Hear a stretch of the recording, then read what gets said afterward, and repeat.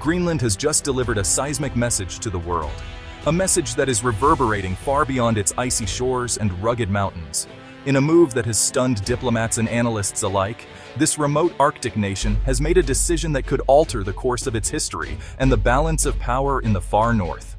Greenland has rejected a multi-billion-dollar acquisition, turning down an offer that many believed was too lucrative to refuse. The proposal, which included not just a massive financial package, but also promises of infrastructure investment and economic development, was expected to be a game-changer for the island's future.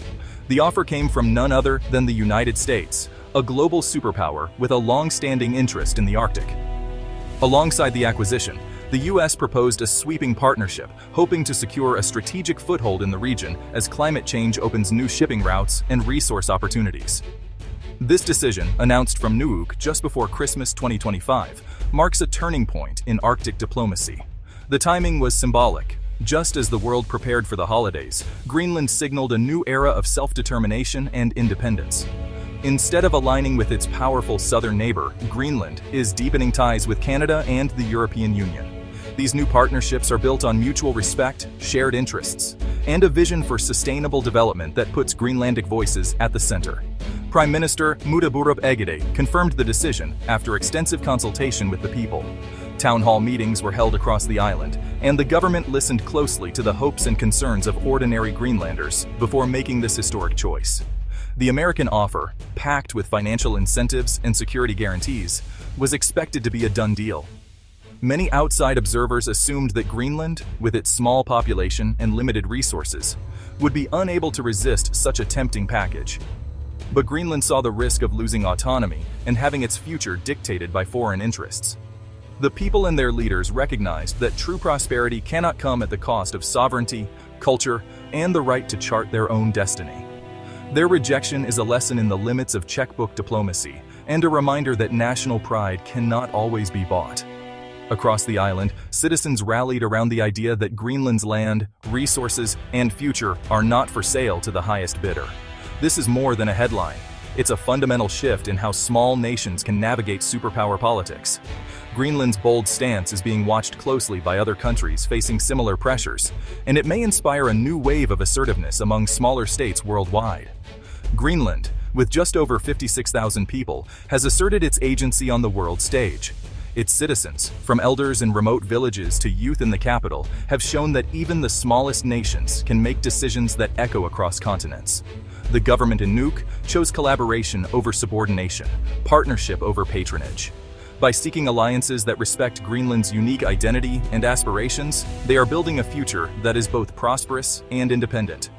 As the Arctic becomes a key geopolitical arena, Greenland has announced itself as a player, not a pawn. The island's strategic location and abundant resources make it a coveted prize, but its leaders have made it clear that they will not be dictated to by outside powers. The world expected predictability. Instead, Nuuk redrew the map of Arctic influence.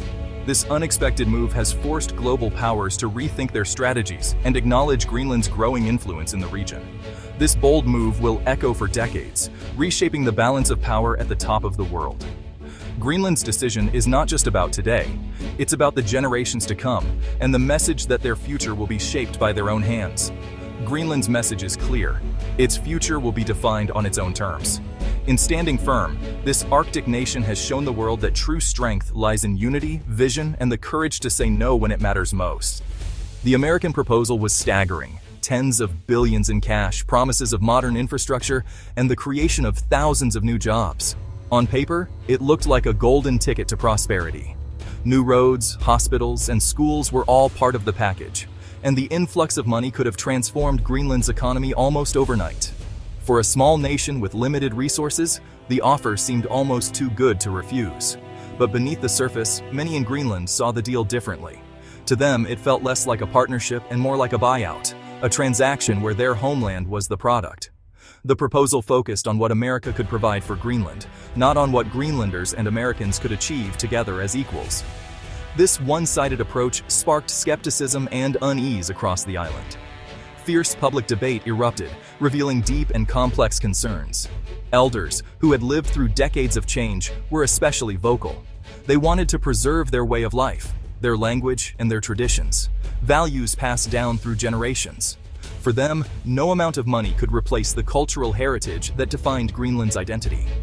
Meanwhile, the younger generation faced their own worries.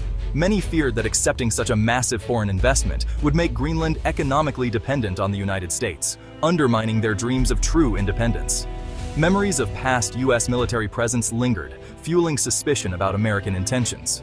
Greenlanders felt the plan ignored their unique Inuit heritage and risked diluting their culture in exchange for short-term gains. The government listened closely to its people and recognized that true prosperity is measured not just in wealth, but in the strength and unity of a nation's soul.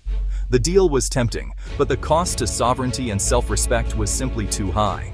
Greenland wanted partners who respected their vision, not patrons who dictated terms. They dreamed of a future built by their own hands, on their own terms.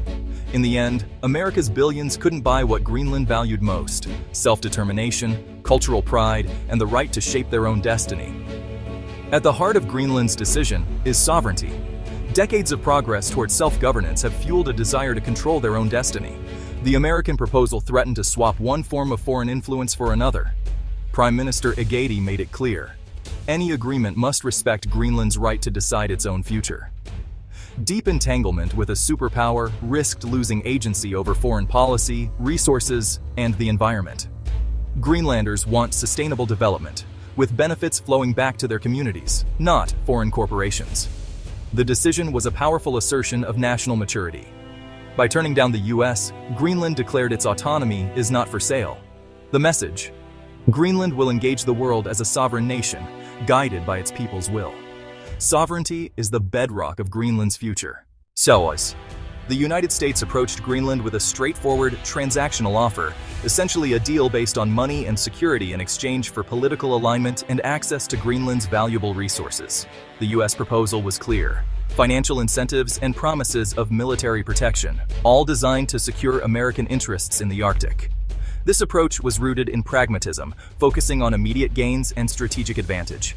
It was a top-down strategy, emphasizing rapid implementation and large-scale projects, often with little input from local communities.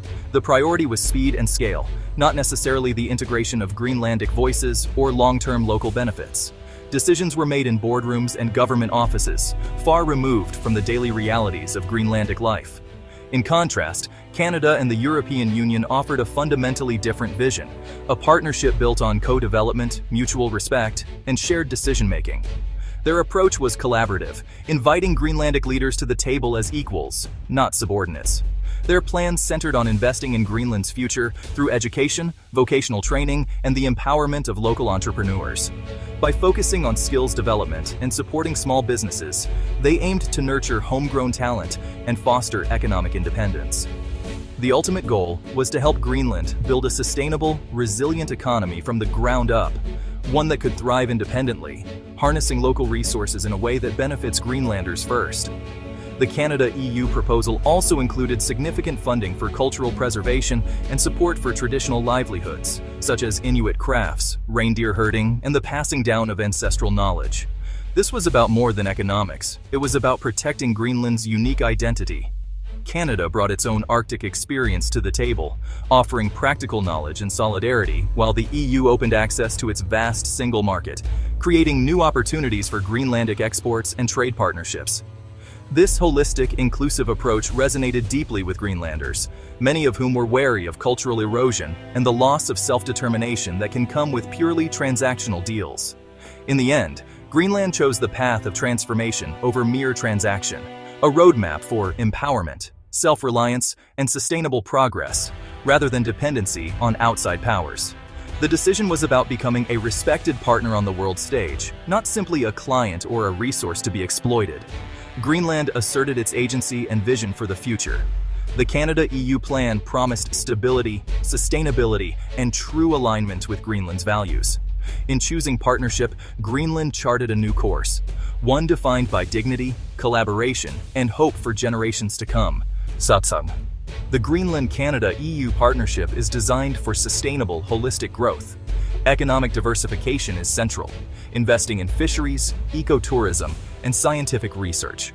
The EU will provide preferential market access for Greenlandic goods, ensuring stable revenue, Education and job creation are priorities, with new technical colleges and research centers tailored to the green economy. Infrastructure projects will be joint ventures, focusing on renewable energy and environmentally friendly upgrades. Skills and technology will be transferred to Greenland, building local capacity. Cultural preservation and scientific collaboration are key, with dedicated funds for language and arts. Greenland will become a hub for Arctic climate research, attracting global talent. This comprehensive approach ensures development is balanced, respectful, and truly benefits Greenlanders. Greenland's choice was driven by a vision for true sustainability. The Canada-EU partnership prioritizes green development, aligning with Greenland's environmental values. Massive investments in renewable energy, hydropower, geothermal, wind will make Greenland a clean energy leader. The plan aims to end reliance on imported diesel, cutting costs and emissions. Sustainable fisheries and ecotourism will protect natural resources while boosting the economy. The partnership is a geopolitical statement. Prosperity and environmental stewardship can go hand in hand. Greenland is positioning itself as a moral leader in the Arctic. This is a future built on preservation, not exploitation. The debate over Greenland's future united the nation like never before. People from all walks of life engaged in a national conversation about identity and aspirations. The government's decision reflected the will of the people, boosting trust in institutions. Greenlanders see this as an affirmation of themselves, not a rejection of America. The sense of ownership over the decision will drive national effort in implementing new plans. This unity is essential for the partnership's long-term success. The process strengthened bonds across regions and communities. A united Greenland is now better equipped to assert its interests and build a sovereign future. Greenland's decision has reshaped Arctic geopolitics. The new Greenland-Canada-EU bloc counters great power competition with collaboration. It strengthens the Western presence in the Arctic, but with a focus on partnership, not militarization. The move reinforces the Arctic Council's role and complicates Russia and China's strategies. The US remains present, but its ambitions have been checked. The outcome signals that influence in the 21st century requires respect and genuine partnership. Greenland's choice is a wake-up call for American foreign policy. Greenland's bold choice echoes far beyond the Arctic. It's an inspiring example for small nations facing great power pressure. Greenland proved that sovereignty is not for sale and that partnerships can be built on shared values. This story will be studied by nations seeking agency and empowerment. Greenland's decision champions multilateralism and a cooperative world order. Even the smallest nations, with vision and unity, can shape their own destiny. The ripples of Greenland's choice will be felt for years to come.